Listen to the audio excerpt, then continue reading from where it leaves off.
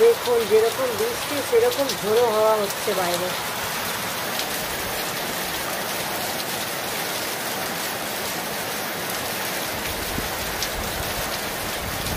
খুব গরম ছিল, এই বৃষ্টিটার জন্য গরমটা একটু কাটলো। কালকে রাত্রের থেকে একভাবে বৃষ্টি হচ্ছে।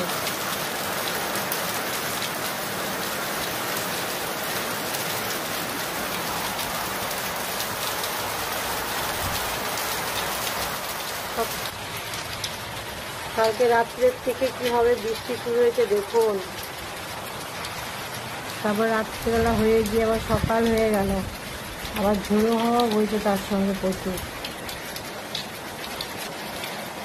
খুব তীব্র গরম ছিল কদিন, বৃষ্টিটা এই কারণেই হলো।